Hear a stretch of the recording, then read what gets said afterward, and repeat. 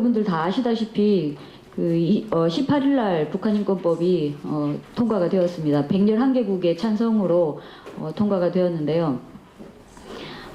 이번 그 결의안 통과로 우리 북한인권 운동계는 큰 변화를 맞이하게 되었습니다. 그간은 북한인권 유린 상황을 국제사회에 알리는 그런 일들을 해왔는데 향후는 이 문제를 이제 범죄라고 또 규명이 되었기 때문에 이 국제 범죄인 반인도 범죄를 어떻게 처벌할 것인가의 문제가 처벌의 그 단계에 이제는 저희가 다달해 온 것입니다. 다음 달 15일에는 유엔 총회에서 북한인권법이 통과가 될 예정인데요. 그러고 나면 이제 모든 공은 안전보장이사회로 넘어가게 됩니다. 그 이후가 앞으로 저희 북한인권운동 단체들의 더 큰 그 활동들이 필요한 그런 시기가 다가올 겁니다. 그렇기 때문에 저희 가능한 많은 북한인권 단체들이 모여서 이 자리를 함께 축하하면서 또 우리의 향후 활동에 대한 의지를 다져보는 그런 시간을 가지려고 본 기자회견을 준비를 했습니다. 북한 인권 활동가들을 항상 지원해 주시고 또 북한인권법을 발의를 해주신 그 이인재 의원님의 격려 말씀부터 듣도록 하겠습니다.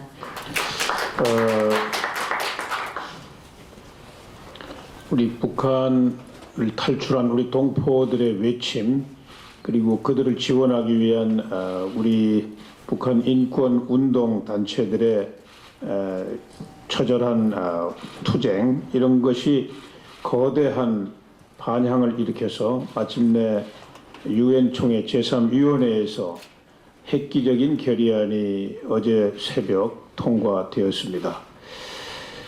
과거 10번의 결의안 내용과는 차원이 다른 북한 인권 문제를 국제사회가 보다 더 적극적으로 능동적으로 개선시킬 수 있는 이런 차원의 결의안이 통과되었다고 말할 수 있습니다. 정말 환영할 만한 일이지만 한편으로 우리 대한민국 입장에서는 여러 가지 부끄러운 면도 많이 있습니다. 특히 우리 국회가 국제사회를 선도하지는 못할 망정 최소한 보조라도 같이 맞춰야 되는데 아직까지도 북한 인권법 10년째 잠을 재우고 있습니다. 그래서 이번에 더 분발해서 우리 새누리당과 또 국회에서 북한 인권법이 꼭 처리가 되도록 여러 가지 저희들 논의를 거듭하고 있다는 말씀을 드립니다. 아무쪼록 이번 유엔 결의안 앞으로 본회의 통과 또 유엔 안전보장이사회에서 북한 인권 실태를 국제형사재판소에 회부하는 문제를 놓고 여러 가지 논의들이 이루어질 것으로 예상되는데 하여튼 이 유엔을 중심으로 한 국제사회의 노력이 북한 주민들의 인권을 회복하고 북한 사회의 본질적인 변화를 이끌어내는 하나의 계기가 될 수 있기를 소망합니다. 감사합니다. 우리 그 ICNK 창립 전부터 국제 활동을 처음 우리 북한 인권 이 필드에서 시작을 하셨고 그리고 ICNK 창립에 가장 모태가 되는 그런 국제 연대 회원 단체들을 모으고 또 이 국제 연대 활동에 불을 처음 지피신 하태경 의원님의 축하 말씀과 격려 말씀 듣도록 하겠습니다. 오늘 이 자리는 제가 이 일을 위해서 노력해왔던 가능한 많은 분들한테 감사 인사를 좀 전해야 될 것 같습니다. 반인도 범죄 책임자 국제형사재판소 회부 운동이 처음 시작된 게 2007, 8년경인데요. 처음에는 지금 이 자리에는 없습니다만 저하고 도희윤 대표라고 있습니다. 도희윤 대표가 그때 이제 반인도범죄 조사위원회를 구성해서 같이 일을 시작을 했습니다.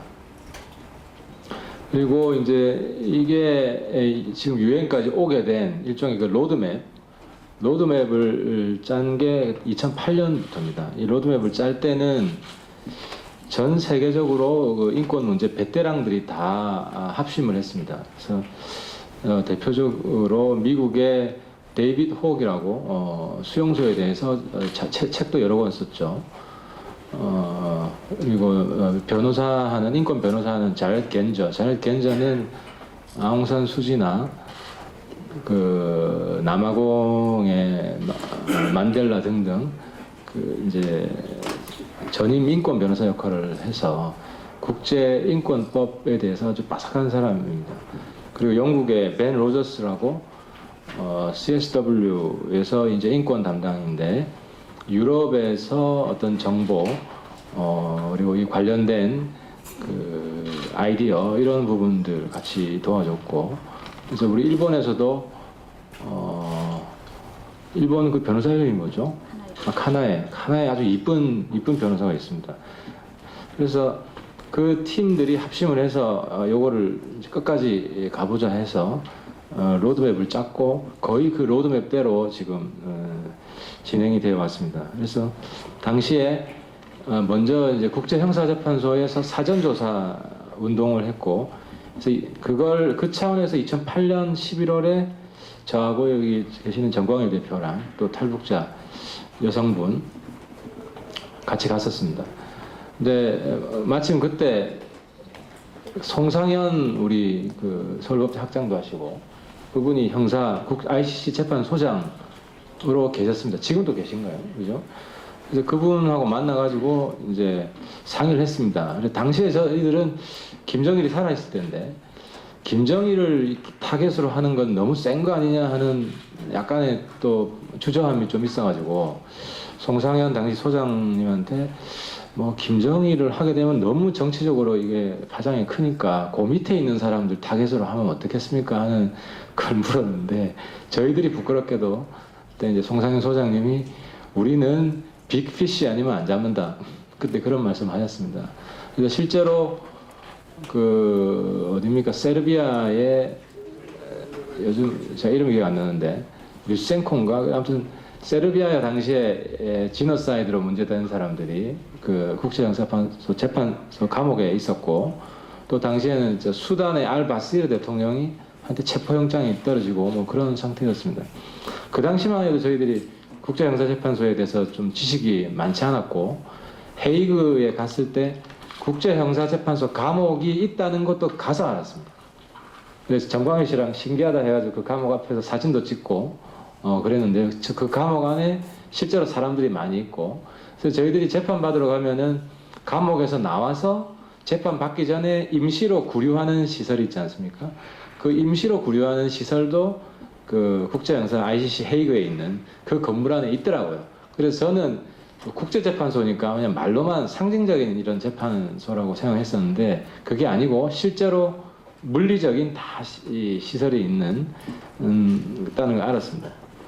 그래서 그때 상의를 해서 사전조사 요구서를 제출해 달라 하고 국제형사재판소에서 공식적으로 저희들이 주문을 받았고 그래서 당시에는 이제 북한의 반인도 범죄에 관한 모든 정보를 다 취합해서 뭐 책으로 한 4-50권 될 겁니다. 300-400페이지짜리 그 분량을 2009년 여름쯤이죠. 여름쯤에 다시 한번 그 헤이그 국제형사재판소 방문해서 접수를 했습니다. 접수를 했고 접수증을 받고 그리고 나서 2010년 그 접수하고 나서 답변이 한 1년 6개월 있다가 2010년 11월에 왔습니다. 왔는데 그러니까 저희들이 그 사전조사 요구한 이유는 그런 겁니다. 이제 국제법상에 이 빈틈이 없어야 된다. 그래서 국제형사재판소의 사전조사를 먼저 그 과정을 밟지 않고 유엔에 갔을 때 이거는 국제형사재판소 건이니까 먼저 국제형사재판소에서 갔다 와라고 할 가능성이 높다라고 판단했고 그리고 또 한 가지는 국제형사재판소에서 북한에 반인도 범죄가 있다는 사실 정도는 확인해 주는 이런 절차가 필요했다는 겁니다.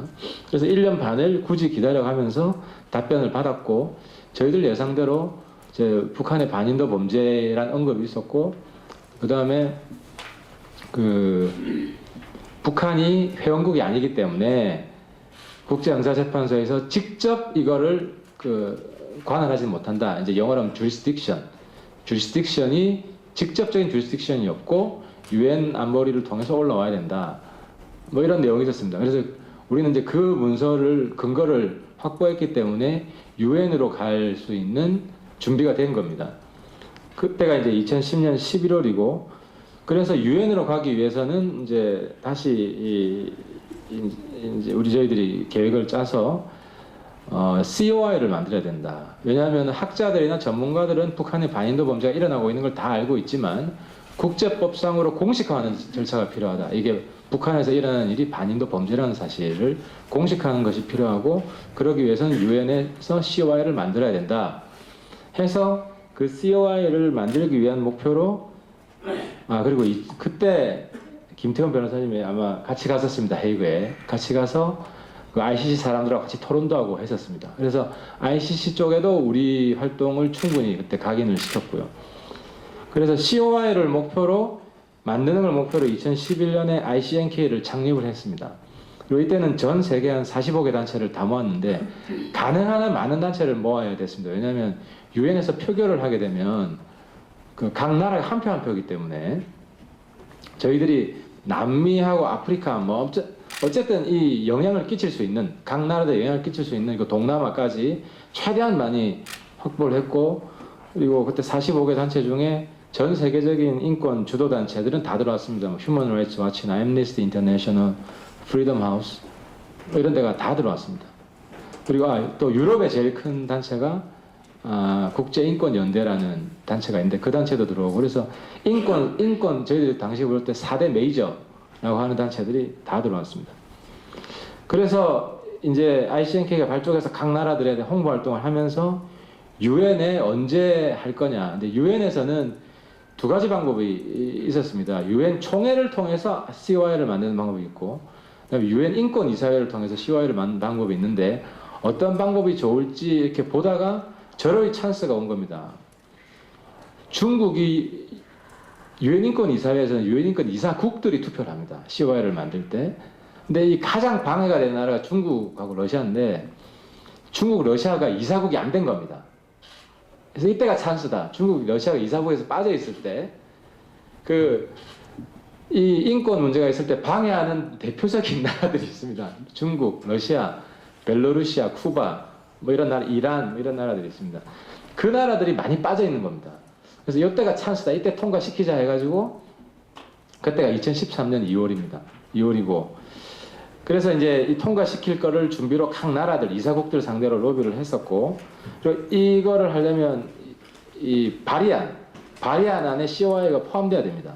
이걸 포함시키기 위해서 그 바리안을 내는 게 EU 국가이기 때문에 그때 우리 이제 ICNK 권은경 이제 사실 사무국장인데 해서 굉장히 많이 돌아다녔습니다. EU에 포함시키기 위해서 유럽 다니고 그래서 그건 포함시켰습니다. 그래서 올라갔어요. 13년 2월에 올라갔는데 이때 무슨 일이 있었냐면 저는 이 시점에 이제 박근혜 대통령한테 감사 인사를 드려야 될 것 같습니다. 문재인 그때 후보가 됐으면은 아마 오늘 이 날은 없었을 거라고 저는 생각합니다. 이건 단순히 제가 여당이기 때문에 하는 이야기가 아니라 어떤 문제가 있었냐면은 유엔 인권 이사회에서 표결을 준비하는데 NGO들이 미국 정부, 유럽 각국 정부들 다 만나러 가서 찬성표를 던져달라 하니까 그쪽에서 하는 이야기가 아직 우리 입장을 안 정했다고 그러는 겁니다. 그때 깜짝 놀랐습니다. 당연히 찬성표를 던지겠다라고 답변할 줄 알았는데 그러면서 하는 말이 한국 정부가 아직 입장 표명을 안 했기 때문에 북한 문제는 한국 정부 입장을 우리가 우선 존중을 한다. 그래서 한국 정부가 한국 외교부죠. 외교부가 찬성하는 입장을 전달받아야 우리가 그때 찬성 입장을 정할 수 있다. 그래서 저희 쪽으로 막 연락 온 겁니다. 한국 정부 뭐 하냐고. 그래서 그때 알았던 겁니다. 한국 정부가 인권 문제, 북한 인권 문제는 굉장히 소심하다. 주저주저한다. 그 이유를 알아보니까 북한 인권법이 통과 안 됐기 때문에 정권이 바뀔 수가 있지 않습니까? 여당, 야당 바뀔 수가 있고 북한 인권법에 반대하는 야당이 정권을 잡을 경우 여기 북한 인권 문제 적극적으로 해준 외교부 인사들은 이 불이익을 받을 수 있다는 생각이 있는 겁니다. 그러니까 외교부 직원들이 소극적인 거죠. 그래서 당시에 이제 인수위 때입니다. 인수위 때 박근혜 이제 당선자 시절인데 제가 그 사실을 확인하고 제가 마침 그때 인수위에 그 국민대통합위원회 간사로 있었기 때문에 그 당선자를 자주 뵐 기회가 있었고 그래서 이런 사실을 말씀드리고 이 문제를 풀어주셔야 된다. 왜냐하면 그 장관들은 대통령이 뭐 있어야지 될 거 아닙니까? 그때 어쨌든 박근혜 당선자께서 동의를 했고 제가 그 사실을 외교부 장차관 그리고 인수위에 있던 예비 장차관 후보들한테도 알렸습니다. 그래서 그 일이 있고 일주일 뒤에 우리 외교부에서 미국 대사관 찾아가가지고 우리는 여기 찬성한다는 입장을 알렸고 그래서 미국 유럽이 다 풀린 겁니다. 그래서 그때 만약에 한국 정부가 우리는 기권하겠다라는 입장, 반대는 아니더라도 기권하겠다는 입장, 노무현 정부 때 그런 일이 있었지 않습니까? 그 유엔 인권 결의안에 한국이 기권한 적이 있는데 그랬다면 아마 미국 유럽도 상당히 난감하고 찬성 입장을 적극적으로 표명하기가 좀 부담이 컸지 않았을까 하는 생각이 듭니다. 그래서 COI가 발족되는 순간 사실 오늘은 거의 예정되어 있었다고 보면 됩니다. 왜냐하면 북한 인권을 조사하다 보면 너무 실상이 극악하기 때문에 이거는 뭐 반인도 범죄라고 규정이 안 될 수가 없고 근데 또 너무나 훌륭한 분, 그 오스트레일리아의 커비 다루스만이 적극적으로 조사를 했고 또 너무 상세하게 반인도 범죄 실상을 다 알렸고 그리고 그 과정에서 신동혁 씨, 강철환 씨 정말 많은 분들 그리고 납북자 관련해서 우리 최성영 대표님 많은 분들이 미국, 유럽 전 세계를 돌아다니면서 정부 인사들을 상대로 그 계속해서 이제 호소를 했습니다. 또 증언을 하고 또 많은 사람들이 울고 이제 그런 과정을 통해서 오늘의 역사적인 이런 그 날이 왔다는 말씀을 드립니다. 아울러 뭐 제가 온 김에 한 30초만 더 쓰면은 그래서 이런 모든 일이 사실 북한 인권 운동을 하는 NGO들의 덕입니다. 덕이고 이 NGO들이 이런 역사적인 날을 만들었고 그래서 북한 인권법의 골자는 이런 NGO들을 도와주자는 겁니다. 근데 이거를 야당이 끝까지 반대해서야 되겠느냐. 역사에 죄를 짓는 일이다 하는 생각이 들고 정말 마지막으로 그리고 북한 인권 운동 NGO가 이렇게 그 강력해졌다. 영향력이 커졌다. 라는 사실도 한번 자각했으면 좋겠고 그래서 북한 인권 운동하는 NGO들도 윤리적인 수준을 좀 높여야 된다. 그래서 제가 최근에 삐라를 국민들한테 이제 속여가면서 알린 그런 문제에 대해서 지금 지적을 하고 있는데 이건 지금 시점에 북한 인권 운동 NGO도 자정하고 혁신하는 그런 노력이 필요하다. 막 큰 실수를 하게 되면은 북한 인권 NGO들이 다 욕먹는다. 이렇게 잘 봤는데 그래서 더더욱 많은 미디어, 국내외 미디어들이 그리고 다른 단체들이 북한 운동 NGO들을 감시하게 될 것이다. 그래서 오늘이 이런 우리가 축하하는 날이자 동시에 우리 북한 NGO들이 혁신을 선언하는 그런 날이 아울러 됐으면 좋겠습니다. 네, 마치겠습니다. 감사합니다. 네, 감사합니다. 저희 ICNK와 국제 그리고 국내외 NGO들의 과거 한 5, 6년 이상의 역사 다큐멘터리를 보는 듯한 그런 느낌이었습니다. 결의안 통과 자체가 저희한테는 그런 큰 의미를 가집니다. 저희 활동의 새로운 장을 열기도 하면서 물론 북한 인권 개선의 방향으로 한 걸음 더 다가가는 그런 계기이면서 저희 활동을 또 한 번 짚어보고 또 미래로 새로운 방향을 제시하는 그런 계기가 될 것이라고 생각합니다. 이번에는 저희 대북 방송뿐만 아니라 저희 기타 각종 북한 인권 활동하는 단체들에서 항상 옆에서 응원해 주시고 격려해 주시는 분이 계십니다.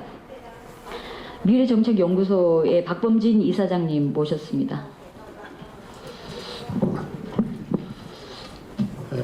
우리 하태경 의원 말씀을 들어보니까 참 그동안에 참 노고가 크셨습니다. 그리고 아주 감격스럽습니다.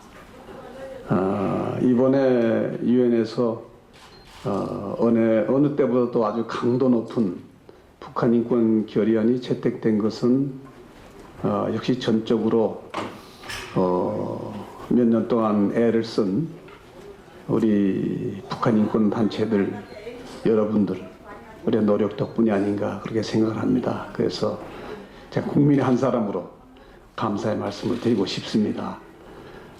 언론 보도를 보면은 안전보장 이사회에서는 중국과 러시아가 거부권을 행사할 거로 이렇게 알려져 있습니다.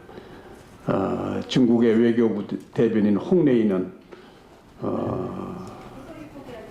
이 결의안이 채택된 뒤에 인권 문제는 대화와 협력으로 처리해야 된다 이런 얘기를 했습니다.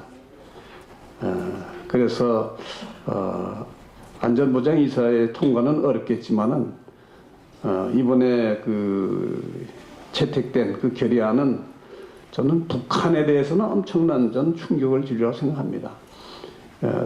북한에서는 툭하면은 김정은을 최고의 존엄이라는 얘기를 씁니다. 아주 최고의 존엄.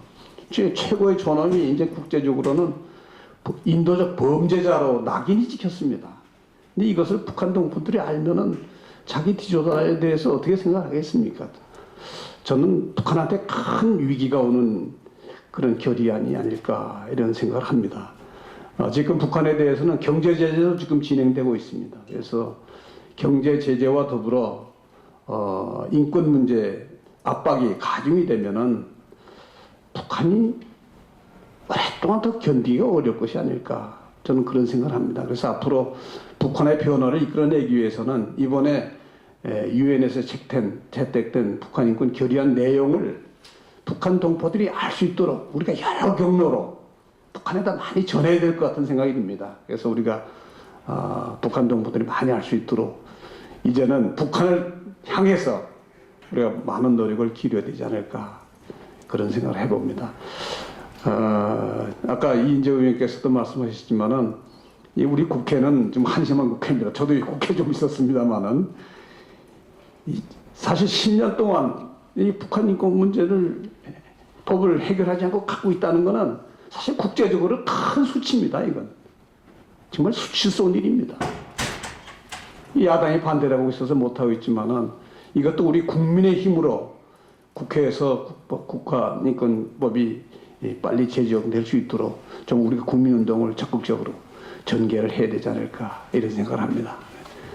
그동안 노력하시던 모든 분들께 다시 한번 감사의 말씀을 드리겠습니다. 감사합니다.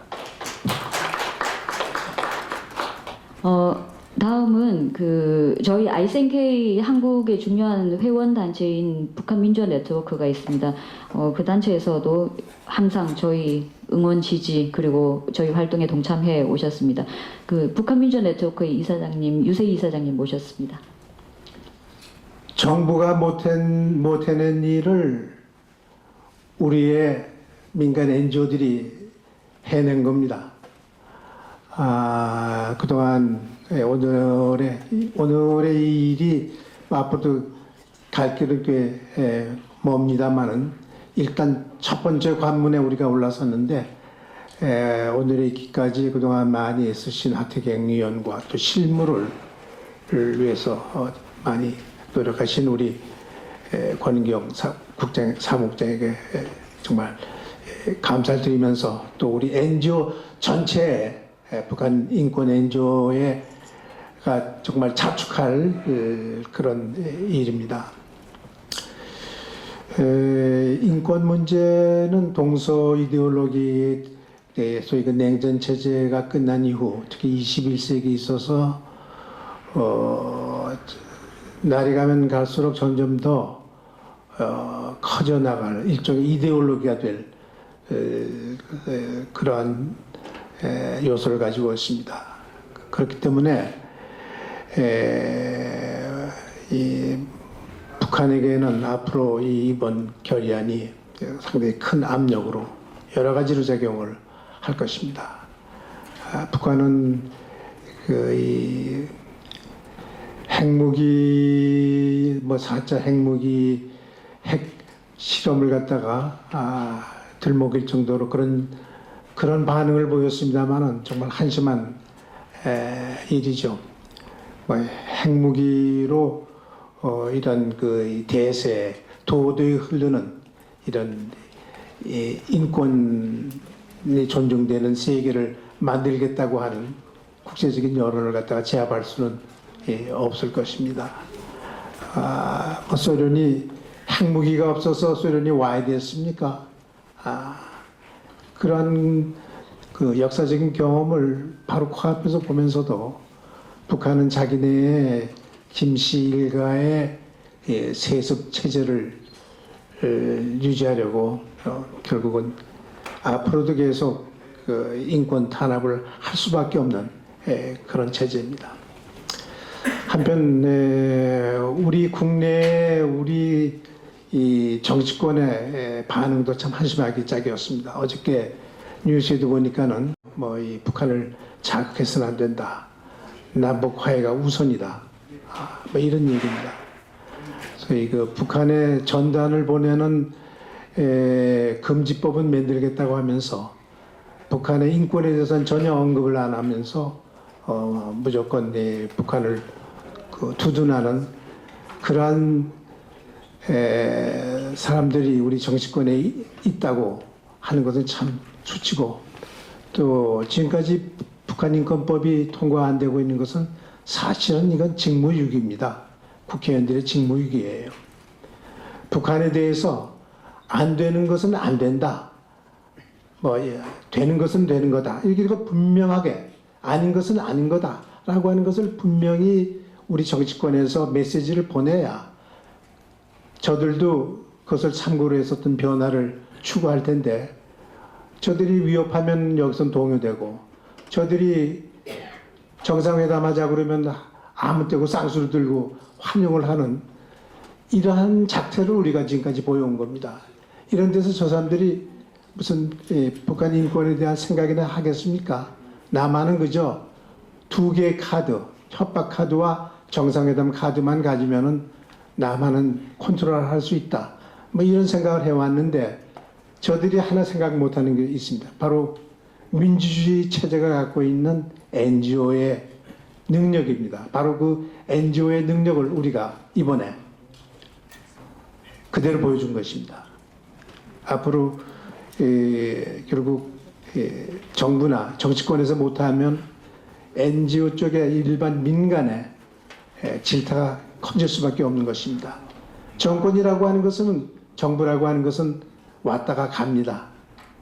항상 있는 게 아니죠.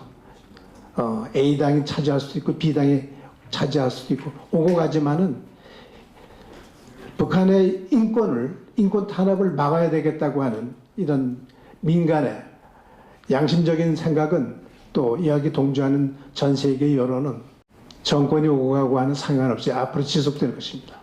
그런 점에서 북한은 승산이 없다고 봐야 됩니다. 고맙습니다. 말씀드렸듯이 저희 활동 단체에서 직접 활동하고 계시는 우리 활동가 분들의 말씀을 듣겠습니다. 그 김태원 변호사님 소개를 해드릴 텐데요.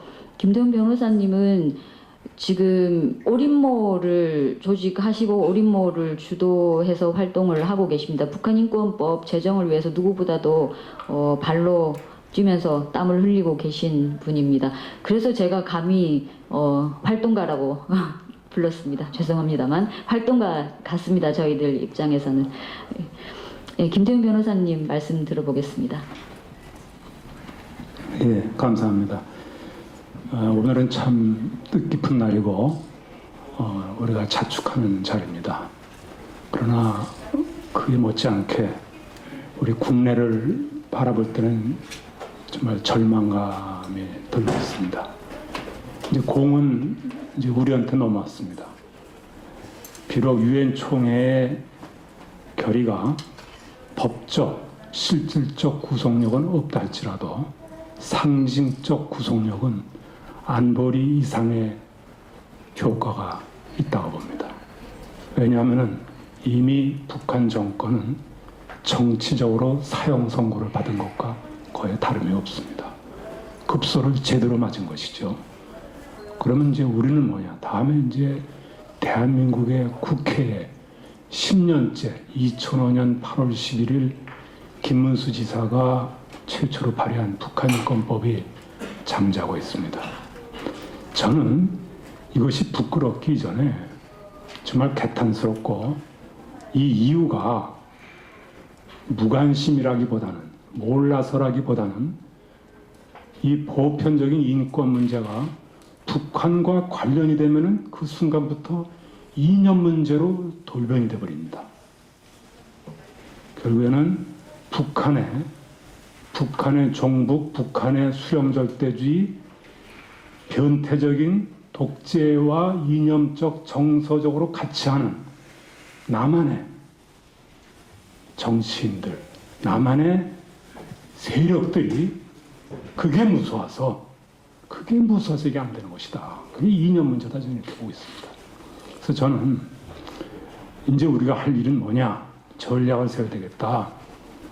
북한이 물론 붕괴되면 이 문제는 없습니다. 그러나 북한 붕괴되기 전의 문제니까 결국엔 북한의 이중대 노릇을 하는 남한의 이 적대적인 종북적인 이 세력들, 이것을 척결하면은 우선은 큰 숨통이 트이는 것이다. 저는 이렇게 보고 있어요. 그래서 지금 현재 헌법재판소에 통진당 해산심판 청구 사건이 계류되어 있습니다. 저는 이 사건의 귀추를 주목하고 있습니다. 지난번에 박한철 헌법재판소장이 금년 내에 결정을 내리겠다고 했어요. 지금 통진당은 아직 결정이 안 내려서 지금 제가 말씀 못 드리겠습니다만 유명한 민혁당 소속 사람들이 많이 들어와 있습니다. 그 소속 이석기 의원은 서울고등법원에서 내란 선동죄로 유죄 판결을 받고 있습니다. 그 밖에도 이 통진당은 북한의 인권 침해, 3대 세습, 이거에 대해서는 전혀 일자 방어도 하지 않고 있습니다. 오히려 가장 적극적으로 북한 인권법의 통과를 방해하고 있습니다. 2차 대전 종전 전에 히틀러 암살 사건에 히틀러를 암살하려다가 기도했다가 발각이 돼서 체포돼서 교수형을 당한 독일의 양심이라는 분이 있습니다. 디트리트 본 회포라는 목사님인데 이분이 미국의 루터 킹 목사와 더불어 20세기 성자로 추대받고 있는 분입니다. 이분이 남긴 말이 악에 침묵하는 것은 그 자체가 악이다라고 그런 말을 남겼습니다. 바로 그렇습니다. 이 대한민국의 정당으로서 대한민국의 국민이 이 순간에도 맞아 죽고 굶어 죽고 반인도 범죄 인권 탄압을 당하고 있는 것을 보면서 침묵하고 있다는 것은 이거야말로 악이다. 저는 이렇게 보고 있습니다. 지금 헌법에 보면은 정당의 의무가 있습니다. 정당은 대한민국의 정당한 말이지. 정당의 목적이 활동이 민주적 기본 질서에 위배될 때는 헌법재판소의 심판에 의하여 해산된다 이렇게 규정하고 있습니다. 그렇다면 반인도 범죄에 해당하는 참혹한 북한의 인권 침해, 북한 주는 고통에 대해서 대한민국의 정당으로서 침묵하는 것은 그 자체가 악이요 민주적 기본 질서에 위배된다 이렇게 보지 않을 수 없습니다. 그래서 헌법재판소는 조속히 통진당 해산 심판 청구에 대한 결론을 내려야 한다 이렇게 봅니다. 이를 통해서 우리 사회는 그동안 잘못된 대북관과 통일관에 대한 이념 논쟁의 종집을 찍어야 됩니다. 그래서 조속히 아마 숨통이 트일 겁니다. 어떻게 결론이 날지 모르지만 그래서 이 북한인권법 제정할 필요가 있습니다. 이게 첫째 관문입니다. 두 번째는 역시 여기 오늘 새누리당을 대표 하태경 의원님이 오셨습니다만은 아무리 그 못된 국회 마비법, 국회법 독소장이 있다 할지라도 유엔 안전보장이사회 중국과 러시아를 설득하는 것보다 이 새정치인지 새밀년인지 이거 설득하는 게 어렵겠습니까? 저희가 NGO가 돕겠습니다. 우리 NGO들이 지금 매주 화요일 11시 반부터 12시 반 사이에 국회 정문 앞에서 북한인권법 통과를 위해서 지금 집회를 하고 있습니다. 이건 시급합니다. 이거야말로 통일 준비입니다. 제 생각에는 아마 여러분들도 생각하시겠습니다만 북한 정권 오래 못 갑니다. 그러나 북한 정권이 오래 못 간다고 해서 우리가 통일이 되는 건 아닙니다. 북한 주민들의 마음을 사야 됩니다. 마음을 살려면 우리가 거기 있어야 됩니다. 뭐냐? 법치국가로서는 북한 인권법을 보여줘야 되는 거 아닙니까? 우리는 당신들의 고통을 같이 하는 이러한 법을 만들어서 맞이할 준비를 해놓으라고 한 게 없습니다. 북한 인권법이야말로 시급한 통일 준비입니다. 그래서 저희는 이 NGO들은 물론 그동안에 CY의 활동 여러 가지로 NGO들이 다 한 겁니다만 북한 인권법 통과에 전력을 할 테니까 이 새누리당 우리 의원님 오늘 오신 이인재 최고위원 또 하태경 의원님 적극적으로 우선 새누리당을 좀 일치 단결을 시키시고 새정치연합 의원들을 야단을 치십시오. 저희들이 돕겠습니다. 저희들이 우리 인모가 지난 2월 3일부터 2월달, 3월달 국회의원들을 하나하나 찾아가서 했는데 새누리당에서 39명, 새정치민주연합에서 4분이 겨우 답변을 했어요.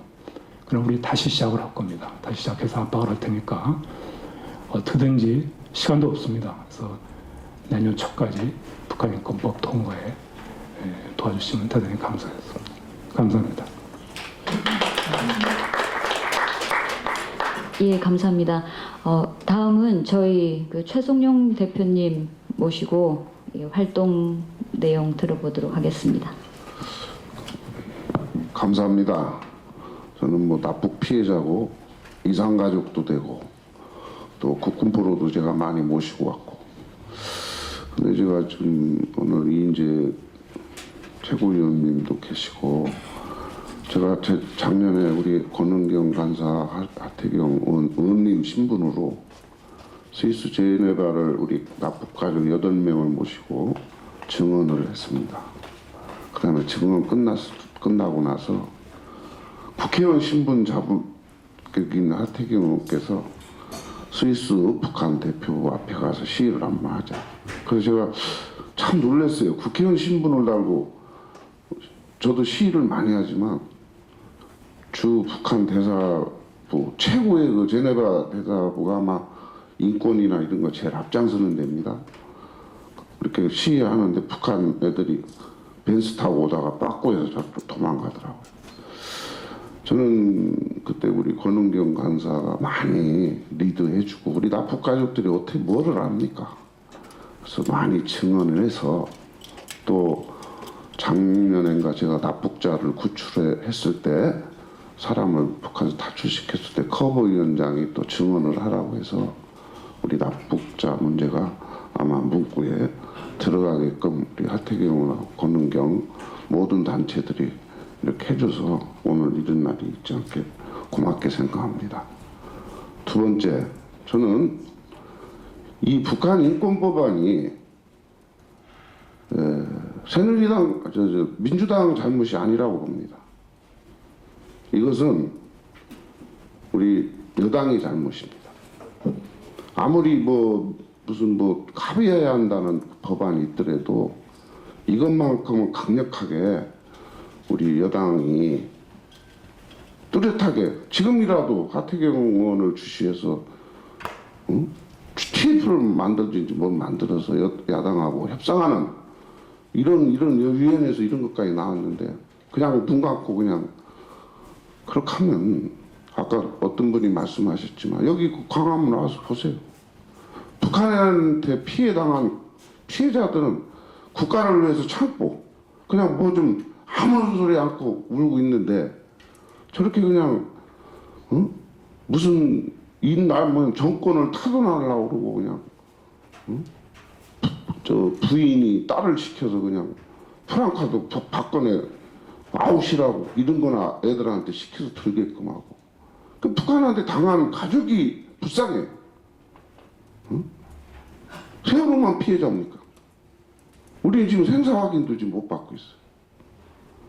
그거는 저는 우리 이은재 최고위원님이 책임도 크고, 우리 납북자 관련해서 10몇 년 전부터 관심 많이 가지신 분이 있지만, 오늘 같은 이 좋은 날에 새누리당이 뭔가를 이 문제에 대해서 확고한 저기가 없으면 이거 통과 안 돼요. 민주당 이거 통과 안 됩니다.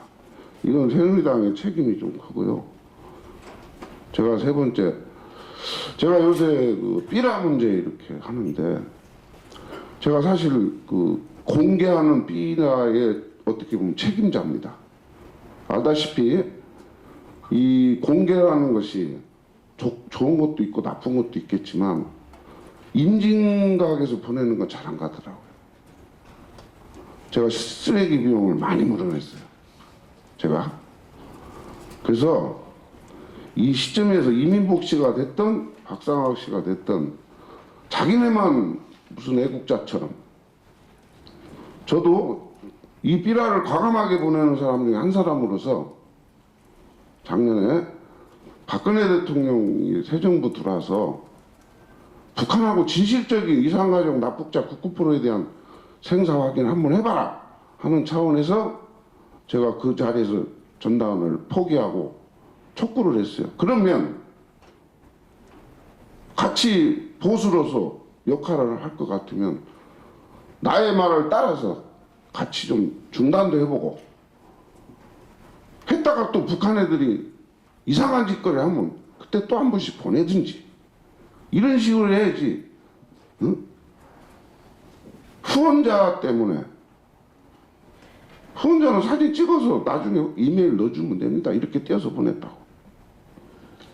저는 납북 피해자 또 현장에서 삐라를 보냈던 사람으로서 하나의 제안을 합니다.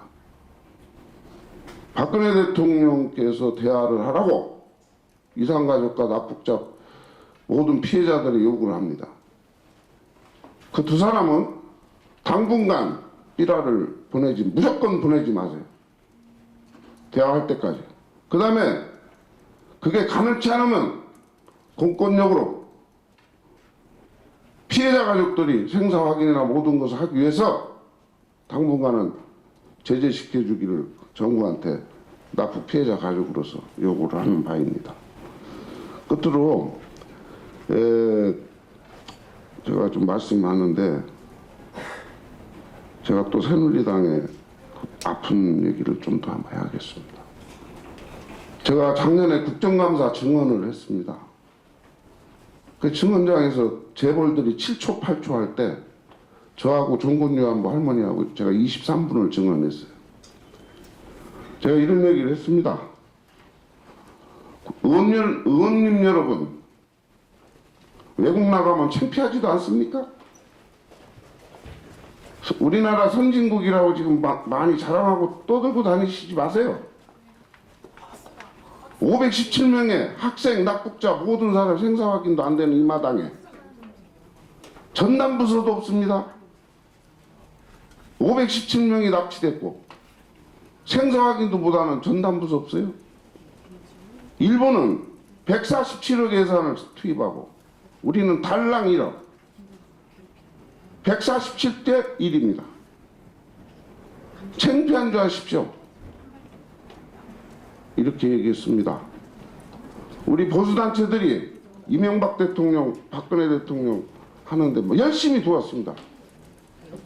4,000원짜리 도시락 먹으면서 좌파단체들 12,000원짜리 먹을 때 그렇게 고생했습니다. 새누리당 의리를 지켜주기를 간곡히 부탁합니다. 감사합니다. 네. 감사합니다.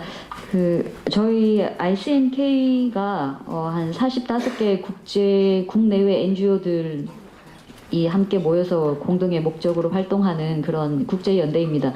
한국에는 8개 단체가 있는데요. 그 중에 한 단체는 다 이제 한국 사람으로 구성이 되었죠. 근데 그 중에 한 단체는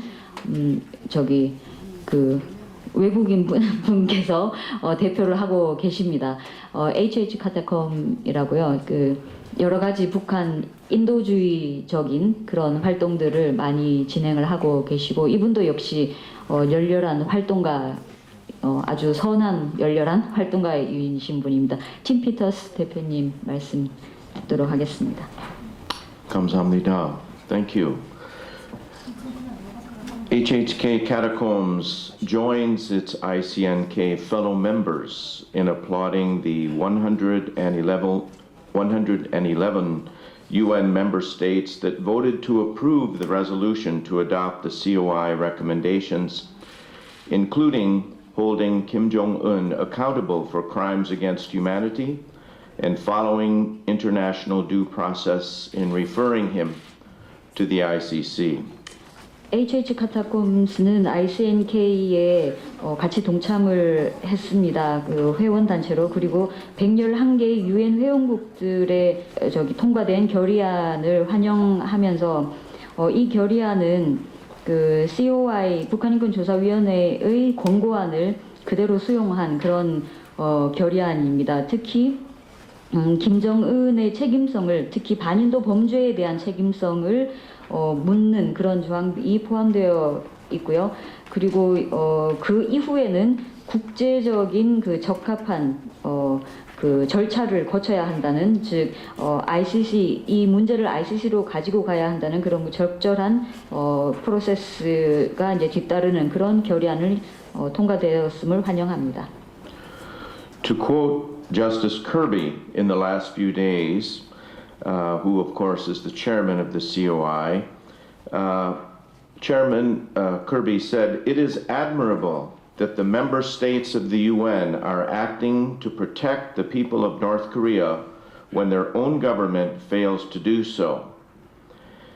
Kirby added that he is confident that the Security Council will quote unquote act responsibly. 마이클 커비 COI 위원장님께서 이렇게 말씀을 하셨습니다. 그 UN 회원국들은 북한의 국민들을 보호하는데 행동을 취하는 것이 바람직하다. 그리고 이 그 북한 정권이 북한 국민을 보호해야 하는 그 책임에서 실패했을 이런 상황에서 북한 국민을 보호하는 국제사회의 활동은 바람직하다라고 말을 하셨습니다. 그리고 또 이어서 그 커비 위원장은 이런 그 책임성을 묻는 이런 활동들은 안전보장이사회가 확실하게 나서야 된다라고, 안전보장이사회의 일이다라고 확신한다고 말씀하셨습니다. In the context of Justice Kirby's remarks, our NGO also urges the Korean Parliament to grasp this pivotal opportunity, even at such a late stage, to adopt a North Korean human rights legislation. 이런 그 커비 위원장님이 이야기하신 이런 말의 문맥으로 봤을 때 카타콤은 그 한국 정부가 이 기회를, 아주 결정적인 이 기회를 잘 잡기를 촉구합니다. 이것은 그 북한 인권법의 채택을 말하는 것입니다. Many in the international community are very eager for Seoul to take its rightful place in leading the world in this historic wave of near universal solidarity for the human rights of all North Koreans. 국제사회의 많은 이런 NGO들은 그 보편적인 이런 활동을 위한 그 연대를 확실하게 가지고 활동을 하고 있습니다. 그리고 이런 그 역사적인 그 흐름에서 그 세계를 주도해 나가고 있습니다. I think at the same time we should be on guard against any tendency to pop the cork on the champagne bottle too soon. 이런 차원에서 우리는 그 샴페인 병을 너무 일찍 터뜨리는 그런 경계를 해야 합니다. The UN resolution, as we all know, is not legally binding. 유엔 결의안은 다 아시다시피 그 법적인 제재가 있는 것은 아닙니다.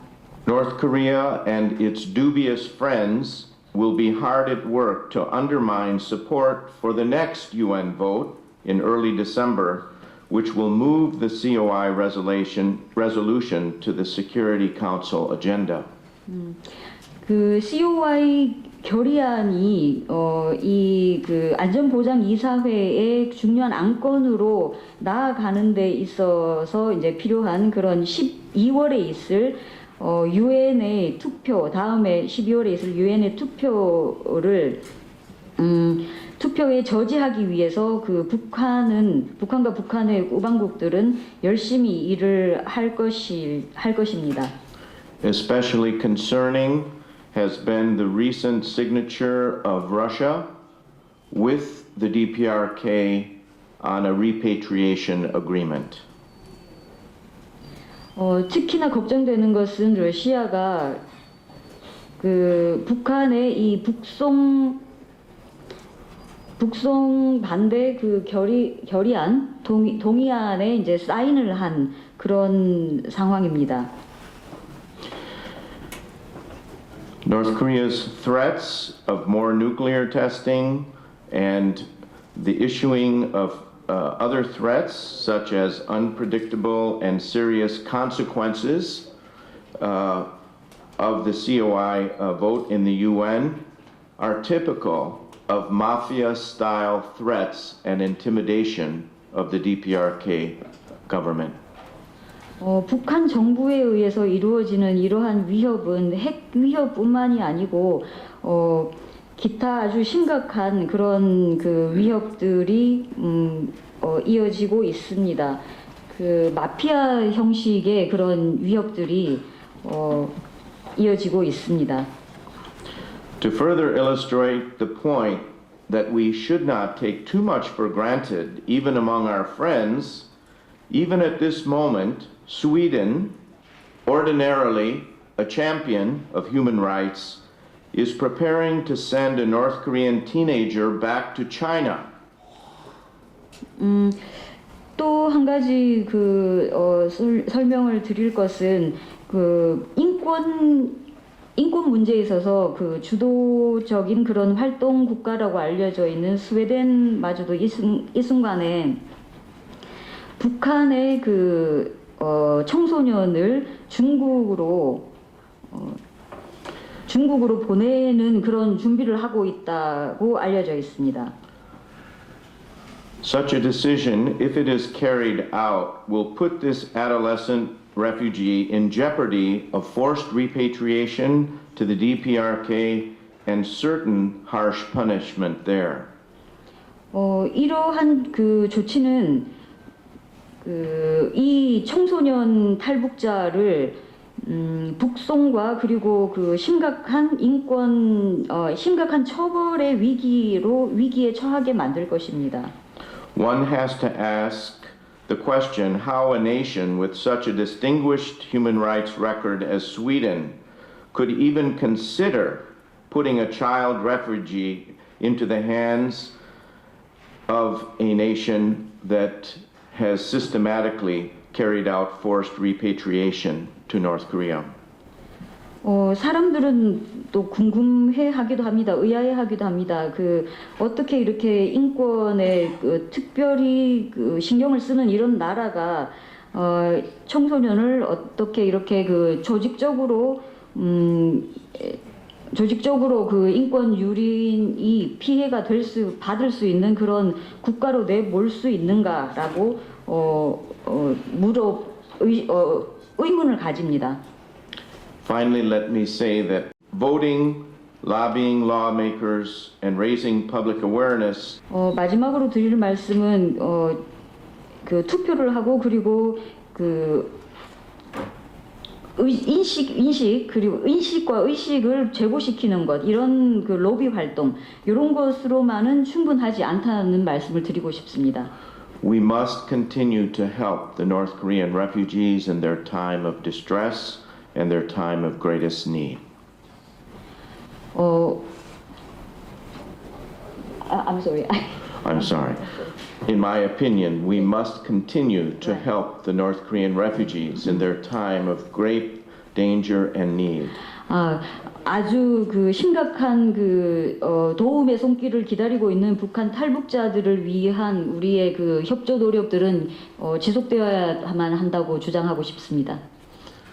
Thank you very much, and I apologize. I didn't say this in Korean. 죄송합니다.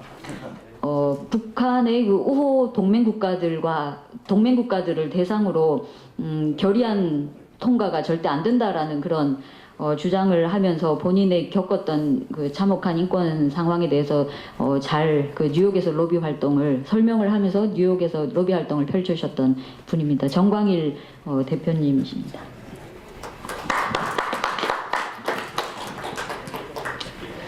제가 이번에 10월 말에 뉴욕에 가서 10일간 있으면서 제가 제일 많이 느꼈던 것은 10월 22일에 유엔에서 북한 인권 토론회가 있었습니다. 토론회가 있을 때 저는 생각을 못했는데 북한 대표부 직원들이 9명이 들어왔습니다. 들어와가지고 직접적으로 저희 앞에다 대고 살령기를 대고 겁을 주려고 거기서 북한 실상에 대해서 제대로 말을 못하게 하려고 그렇게 행동을 하더라고요. 그러고 그날 토론회에서 거비위원장님이 너희들이 표현으로 북한에서 쓰레기라고 하는데 이 사람들이 쓰레기라는 말을 처리하라고 하니까 끝끝내 처리를 안 하더라고요. 그것을 봤을 때 북한이 현재 지금 우리 북한 인권 결의안이 7항과 8항에 있다시피 최고 책임자를 처벌하는 문제를 아마 제일 심각하게 생각하는 것 같더라고요. 제가 10일간 있으면서 유엔 청산회에서 북한 대표들하고 여러 차례 부딪혔습니다. 화장실에 갔다 오다가도 만나게 됐고 단독으로요. 그런데 그 사람들이 나름대로 열심히 로비를 하더라고요. 자기네가 어쨌든 무조건 통과를 못 시키게 하자고. 밤늦게까지 그 사람도 우리도 저녁 7시, 8시까지 있으면 그 사람들도 저녁 7시, 8시까지 있으면서 각국 대표들을 만나고 그렇게 로비를 하고 있더라. 그리고 또한 제가 있는 기간 28일 날 다루스만을 만났는데 만났을 때 북한에서 제의를 했다고 하더라고요. 방북을 허가를 한다고. 그렇게 돼가지고 제가 좀 의심스러워가지고 뭐 여러 통화를 걸쳐서도 그렇고 제가 또 확인을 해봤는데 제가 있던 북한 정치범 수용소 서림천 구역을 폐쇄시켰더라고요. 이미들이 지금 그렇게 다 폐쇄시켜놓고 방북을 허가한다고 한 겁니다. 이런 측면에서 볼 때 저희는 그렇게 생각합니다. 지금 현재 참의원에서 통과가 됐다고 해서 만족하면 안 된다고 생각합니다. 어떻게 하나 지금 이 북한 인권 문제를 가지고 안전보장이사회까지 가가지고 어떻게 하나 제가 지금 아까도 저 하원님이 이야기했지만 2008년 11월 6일에 제가 네덜란드에 있는 ICC에 갔다 와가지고 어떻게 그때부터 생각을 많이 했습니다. 지금 인권유린을 그렇게 하고 있는 최고 책임자를 처벌해야 된다는 ICC 제소를 무조건 해야 된다 이런 생각을 가지고 있었는데 이번 기회를 통해서 이 무조건 뭐 까놓고 말하면 김정은이죠. 김정은이를 ICC 제소하는데 모든 힘을 바쳐가지고 활동을 하겠습니다. 이상 마치겠습니다.